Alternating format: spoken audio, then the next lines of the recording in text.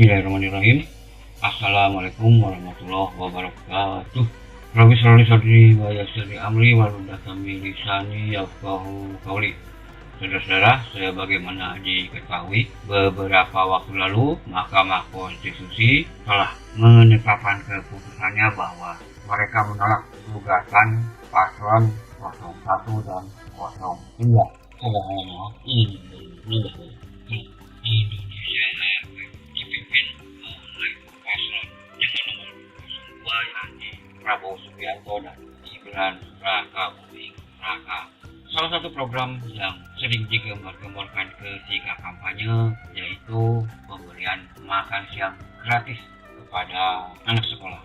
Alasannya diantaranya yaitu untuk mencegah stunting atau mengobati atau apalah, pokoknya ada kaitannya dengan stunting. Yang menjadi pertanyaan, seberapa efektif program tersebut dalam kaitannya menurunkan angka stunting?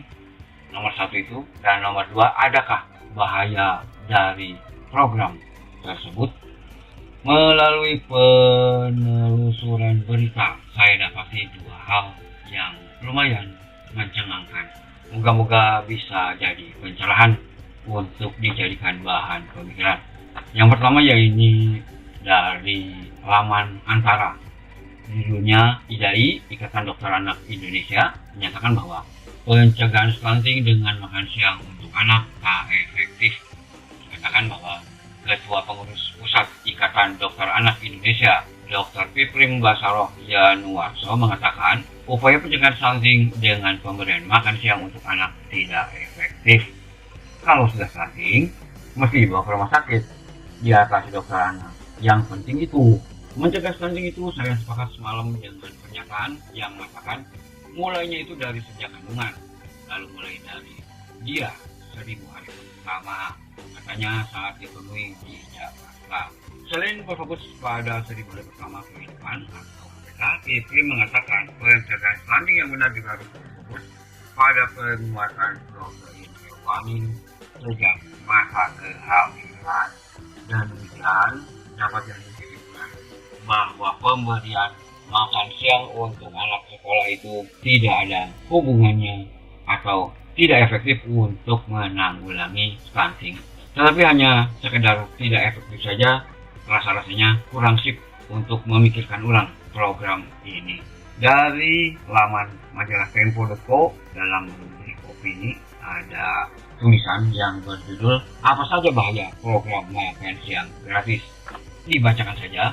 Keputusan Presiden Joko Widodo dan para menterinya menyiapkan program makan siang gratis merupakan sikap ugal-ugalan dalam pengelolaan anggaran negara.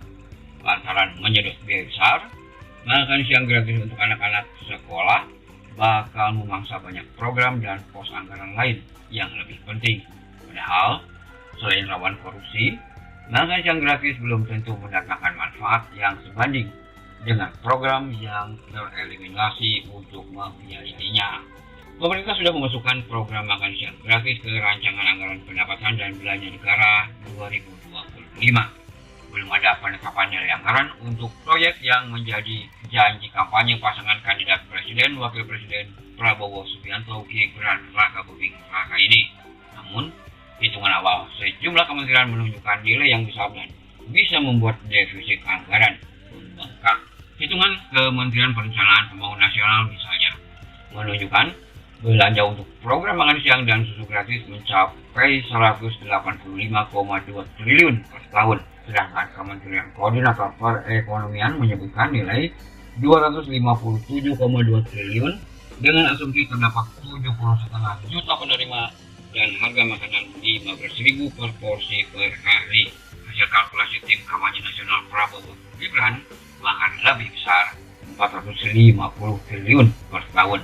Apapun basis perhitungannya, biaya makan siang gratis bukanlah belanja bernilai kecil. Dengan bilangan ratusan triliun rupiah per tahun, biaya program ini setara atau bahkan lebih besar dari pos belanja lain seperti perlindungan sosial, pembangunan infrastruktur, pendidikan, dan subsidi energi. Karena itu, pasti akan ada utak-atik pos belanja demi mengakomodasi program kebanggaan Prabowo Gibran, kandidat yang disokong Jokowi tersebut. Disinilah letak masalahnya. Pemerintah bakal terdesak merealokasi anggaran yang benar-benar penting jika tak ingin defisit membengkak. Hal ini sudah terlihat ketika Menteri Koordinator Perekonomian Airlangga Hartarto menggagas realokasi anggaran bantuan operasional sekolah atau BOS. Jika memakai skala prioritas, BOS lebih penting karena tujuan menekan biaya pendidikan termasuk membayar gaji tenaga. Kementerian Perencanaan Pembangunan Nasional yang akan memakai dana subsidi energi untuk membiayai program makan siang gratis juga mesti dikaji dampaknya, sebab masih ada subsidi yang diperlukan untuk menekan tarif listrik dan energi rumah tangga miskin. Jika anggaran ini hilang, ada ancaman ledakan angka inflasi dan kemiskinan akibat mengurangi biaya rumah tangga. Di luar perhitungan manfaat dan mudarat, pengalokasian APBN untuk program makan siang gratis oleh pemerintah Jokowi merupakan bentuk lancangan dan pelanggaran terhadap etika bernegara. Bukan hal yang pantas Presiden dan para menterinya sudah mengatur program calon presiden baru ketika kandidat itu belum ditetapkan sebagai pejabat terpilih. Patut diduga langkah ini merupakan bentuk manuver politik untuk mencilat calon penguasa baru demi mendapatkan posisi di pemerintahan yang akan datang. Karena itu, sudah saatnya Presiden dan para menteri menghentikan laku yang tak patut ini. Program makan siang gratis pun selayaknya dibatalkan demi menghindari pembengkakan defisit dan pemborosan anggaran negara seperti yang sudah diperingatkan sejumlah lembaga termasuk Bank Dunia. Belum lagi jika mempertimbangkan tingginya peluang korupsi dalam program ini. Jadi, bagaimana Bapak calon presiden dan wakil presiden yang terpilih? Apakah akan terus melaju dengan program makan siang gratisnya ataukah dialihkan ke bentuk lain? Misalnya, kalau memang harus makan siang, mungkin supaya efeknya lebih terasa, maka yang perlu diberikan program makan siang difokuskan pada ibu hamil dan balita pada 1000 hari pertama kehidupannya. Segini sajalah. Assalamualaikum warahmatullahi wabarakatuh.